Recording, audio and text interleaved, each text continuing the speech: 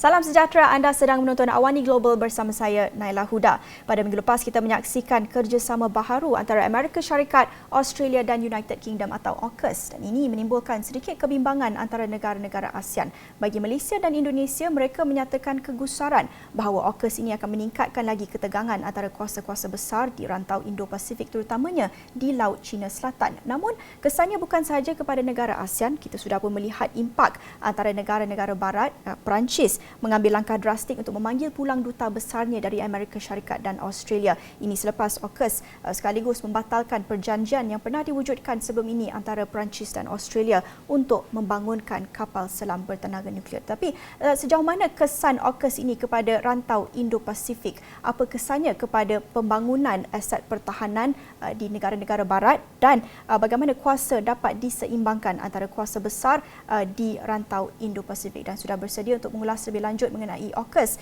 Dr. K.S. Balakrishnan, Pensyarah Kanan Jabatan Pengajian Antarabangsa dan Strategik Universiti Malaya UM. Terima kasih Dr. Balakrishnan bersama saya dalam Awani Global jam ini. Saya nak mulakan dengan penubuhan AUKUS ini. Apa sebenarnya tujuan utama dan objektifnya? Adakah doktor melihat ini sebagai kerjasama pembangunan aset pertahanan atau sebenarnya ia mungkin menjadi satu kerjasama yang benar-benar bermakna dan mungkin boleh kekal untuk jangka masa yang panjang? Ya, AUKUS ini ramai yang salah interpret. It's all completely wrong, So it's important to understand what it is. It is purely a security arrangement in terms of cooperation, defense industry, and between these three partners. Actually, they have a much more stronger partnership in other form of alliance treaty. So this is not an alliance treaty per se, the way it's been talked about and responded di kalangan negara-negara ASEAN lah. So ada satu persepsi yang salah lah di sini dari sudut pemahaman terhadap AUKUS. Dia ini dilihat sebagai macam ada pakatan tentera yang hebat lah. Sebenarnya bukan. Sebab yang lebih hebat itu misalnya antara US dan Australia memang ada security alliance very high level and involving many areas lah.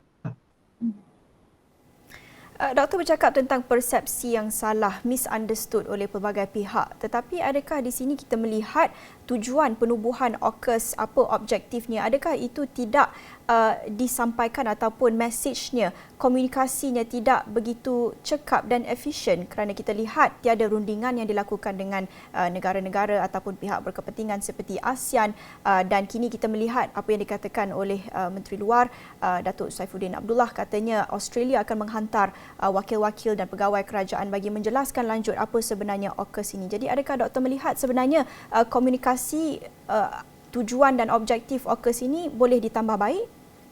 Ya, boleh. Sebenarnya masalahnya bukan di peringkat Australia dan ahli AUKUS ini. Masalahnya di peringkat ASEAN dan yang respon di rantau ini, mereka semua salah tanggap.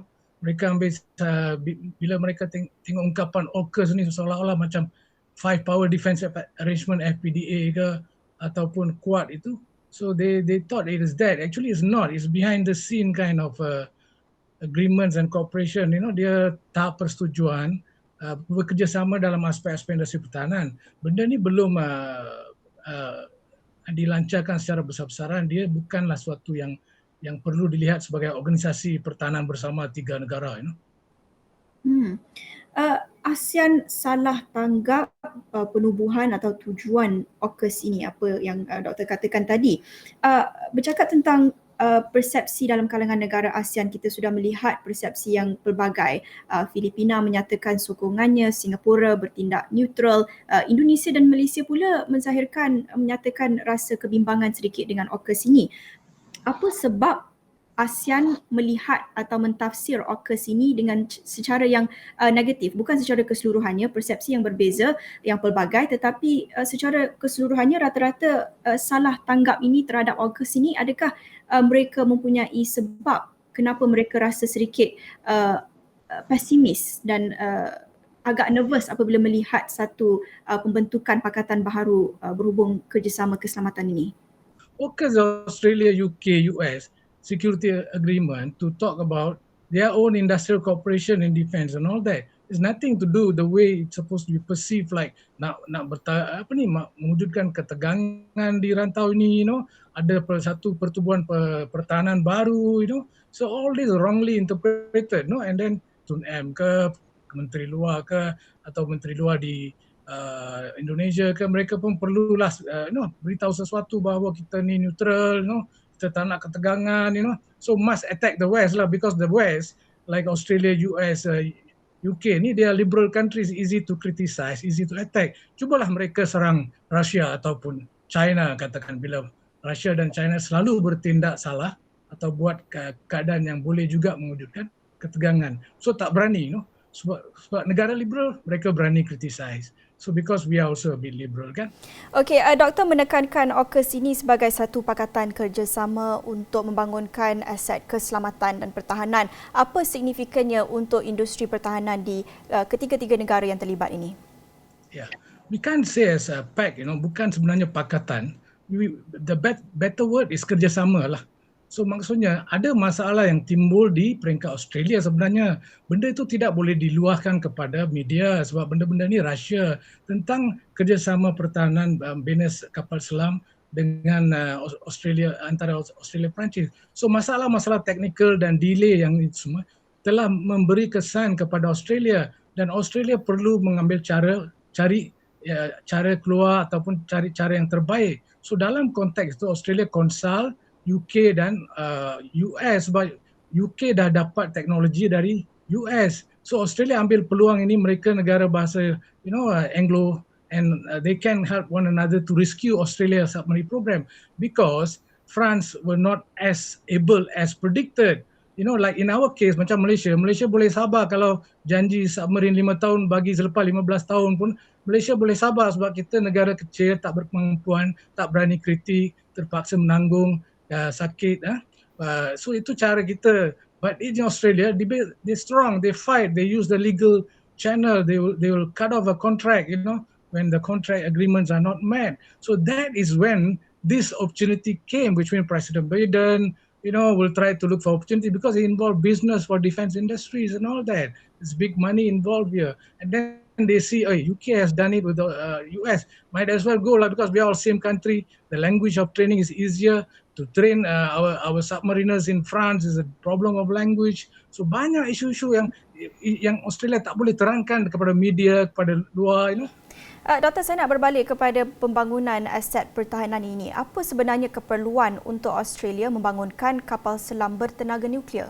Ialah mereka tak faham antara kapal selam bertenaga nuklear dan kapal selam yang gunakan diesel, electric submarine and all that. Mereka ingat bila kapal selam itu menggunakan tenaga nuklear, maksudnya ini sudah salah sebab ia ancaman nuklear. It's got nothing to do with ancaman nuklear. It's about kekuatan kapal selam itu lebih lama bertahan sebab tenaga dia, bateri dia lain. Itu je isunya. Maksudnya it's a energy issue to have a better reliable submarine. The quality of the submarine is different. The way it performs is different. But it's got nothing to do with nuclear weapons in the submarine. Tapi isu sebenarnya is nothing to do with nuclear weapon. Ya, Doktor, walaupun kapal selam ini tidak mempunyai senjata nuklear, ia hanya bertenaga nuklear menggunakan propulsion nuklear, tetapi dalam masa yang sama, ia masih lagi bertujuan untuk menambah aset pertahanan Australia. Jadi di sini, apa signifikannya, apa keperluan Australia untuk menambah aset pertahanannya pada masa sekarang? Yeah, actually isu ni tak besar sebab Australia bukan menambah aset pertahanan seperti yang ceritakan. Tambah pun beberapa biji ekstra saja. Yang sebenarnya mereka telah melalui satu proses submarine yang lama sebelum ini yang tidak efektif, banyak masalah. So untuk replacement lepas 15 tahun, lepas 20 tahun itu, macam kita pun replace pesawat kita lepas 15 tahun, 20 tahun, So mereka cari alternatif, So mula-mula tidak diberi kepada Jepun, akhirnya Perancis dapat kontrak ini sebab Perancis mempunyai pengalaman. Misalnya kita punya dari Perancis, right? So that kind of experience. So Australia perlu aset ini dalam konteks ancaman-ancaman yang sedang berlaku di rantau ini. Sebab Australia mempunyai kawasan perairan yang begitu luas. Kawasan perairan kita pun memerlukan submarine yang lebih dari 2 biji yang kita ada sebenarnya. Sebab mungkin China mempunyai jumlah submarine yang besar dan selalu boleh masuk ke kawasan kita tanpa kita sedar. Right? So Australia menghadapi pelbagai ancaman seperti ini, US juga menghadapi pelbagai ancaman seperti ini. So intipan-intipan ini berlaku. So untuk mengatasi itu Australia perlu misalnya 10 biji atau 6 biji kapal selam supaya sentiasa kekal dan jaga tindakan-tindakan negara yang sedikit bermusuhan lah dengan Australia.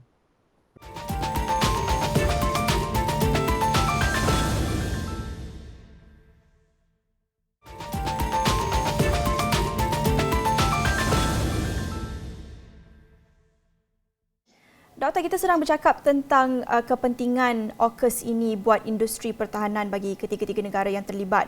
Bagi doktor, ini bukannya suatu pakatan keselamatan yang begitu signifikan, ia kerjasama bagi industri pertahanan. Tetapi ini pastinya ditafsir secara yang berbeza sedikit bagi Perancis. Perancis mengambil ini sebagai satu tindakan yang amat drastik, menggambarkannya sebagai satu tikaman dari belakang, backstabbing. Bagaimana Doktor melihat kesannya kepada hubungan negara-negara terlibat dalam AUKUS ini bersama dengan Perancis?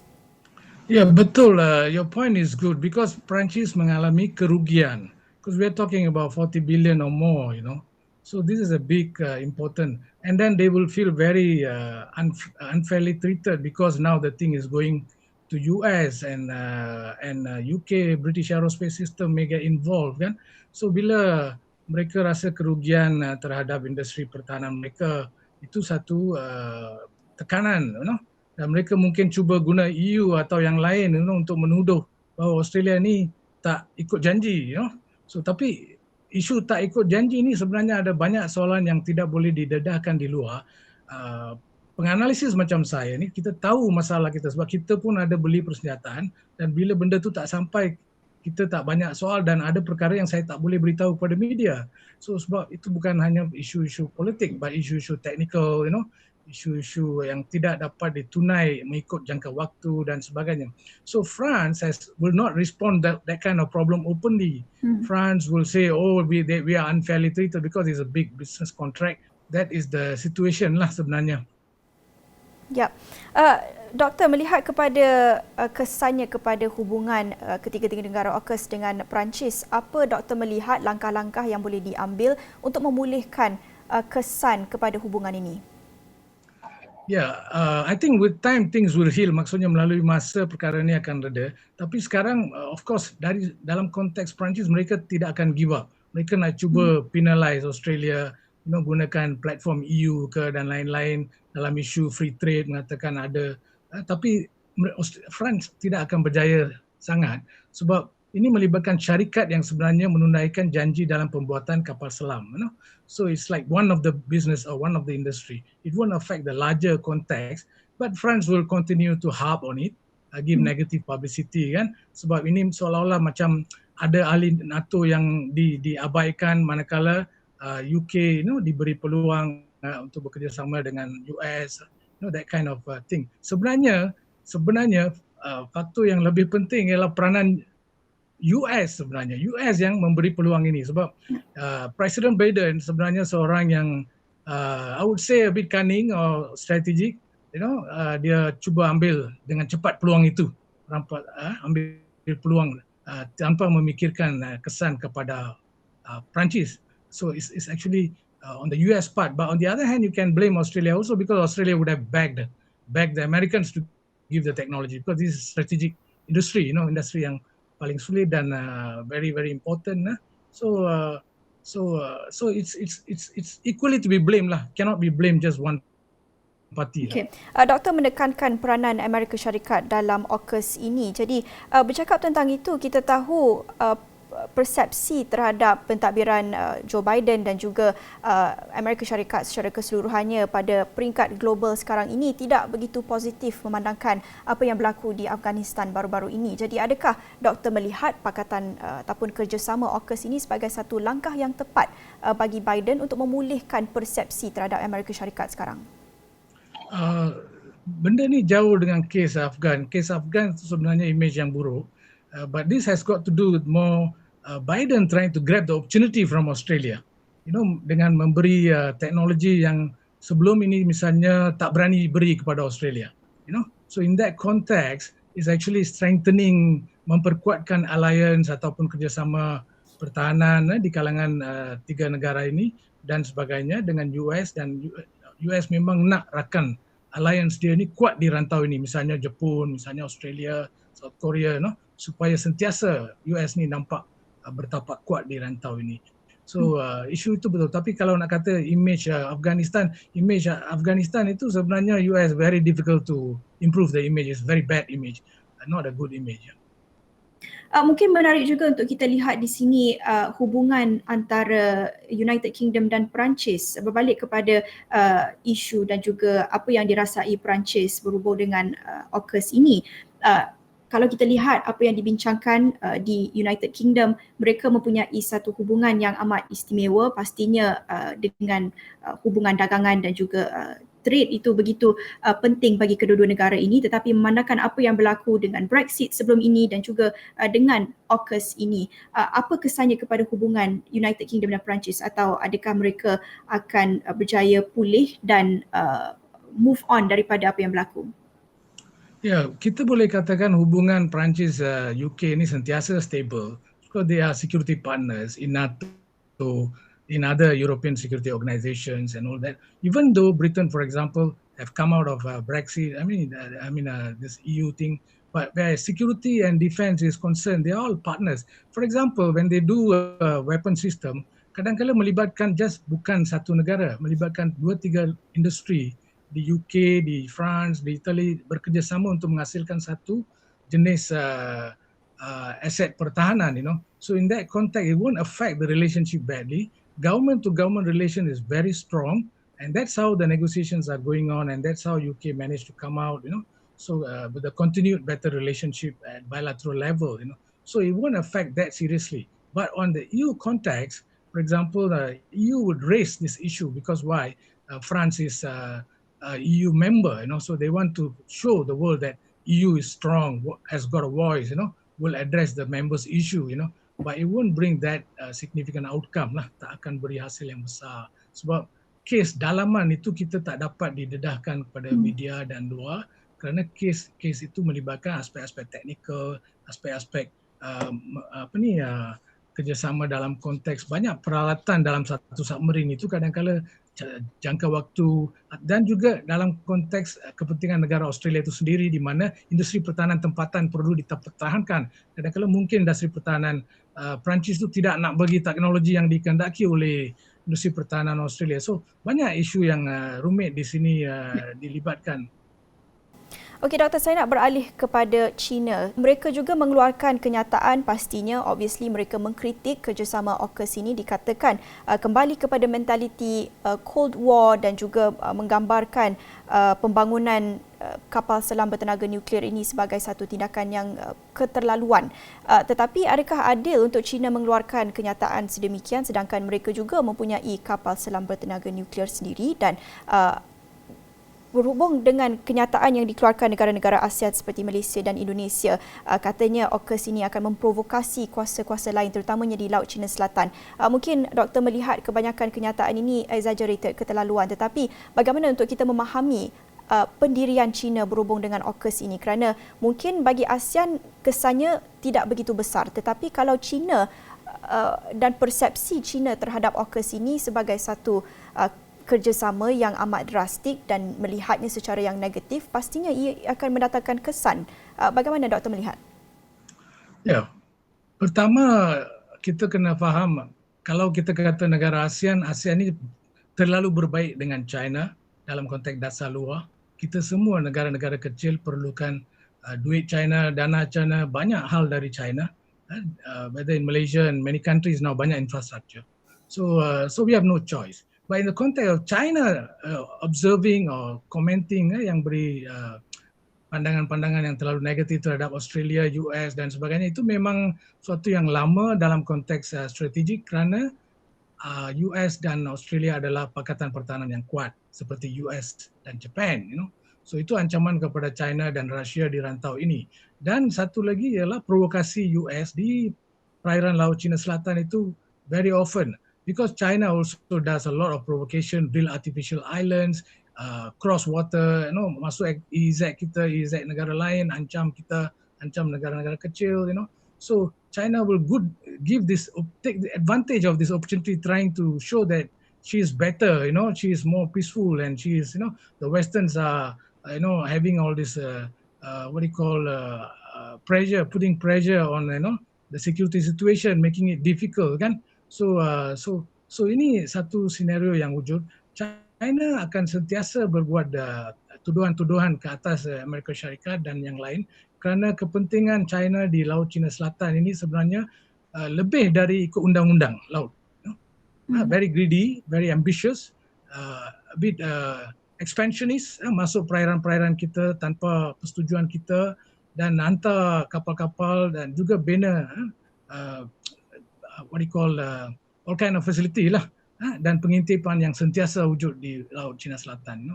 So itu sebenarnya ancaman yang besar kepada negara Malaysia dan negara-negara lain, tapi kita tak berani luahkan secara lantang sebab kita nak sentiasa berbaik-baik dengan China. So our diplomacy is always very positive. We try to be good to all players so that we don't have a lot of problem and more peace, But on the context of China, this is their chance to make it louder, stronger, to say that the West is bad, they are good, Seperti yang doktor katakan, bukan saja bagi Malaysia tetapi rata-rata di ASEAN, apa yang utama bagi mereka adalah mengekalkan diplomasi yang positif dan baik bersama kuasa-kuasa yang berbeza di rantau ini. Adakah AUKUS ini akan menyukarkan mereka untuk memilih antara dua kuasa yang berbeza, dan melihat kepada ini, bagaimana ASEAN boleh mengimbangi, mencari keseimbangan antara kuasa-kuasa di rantau ini? Ya, dari awal saya katakan jangan lihat AUKUS ini sebagai satu organisasi pertahanan yang besar dan sebagainya. Just lihatnya ia sebagai satu kerjasama pertahanan dalam konteks industri pertahanan di antara tiga benua. Bukannya untuk ancaman yang lebih besar sebenarnya, macam Quad. Mereka buat military exercise, di kawasan-kawasan tertentu. US Japan, for example, US Australia dalam konteks yang lebih lama sebenarnya. So AUKUS ini please don't misread. Hope the public won't misread. Hope our politicians become a little bit more wiser, including in ASEAN. But all of them need voice, they need publicity to come out and say something about this, to show that ASEAN love peace, we are a peaceful country, we don't want Australia to rock the boat, that kind of thing. Actually, Australia is not rocking the boat. Australia is trying to upgrade and get the right technology for herself from the Americans. That is the truth, actually. Tapi diharapkan dengan pencerahan doktor pada jam ini, lebih ramai yang lebih peka dan memahami apa sebenarnya tujuan penubuhan AUKUS dan apa kesannya kepada rantau ini serta kepada masyarakat dunia. Terima kasih kepada Dr. KS Balakrishnan, Pensyarakanan Jabatan Pengajian Antarabangsa dan Strategik UM, mengulas mengenai kerjasama baharu antara Amerika Syarikat, Australia dan United Kingdom atau AUKUS. Dan itu saja masa yang kita ada dalam Awani Global jam ini. Bersama saya Nala Huda. Kita jumpa lagi. Salam hormat.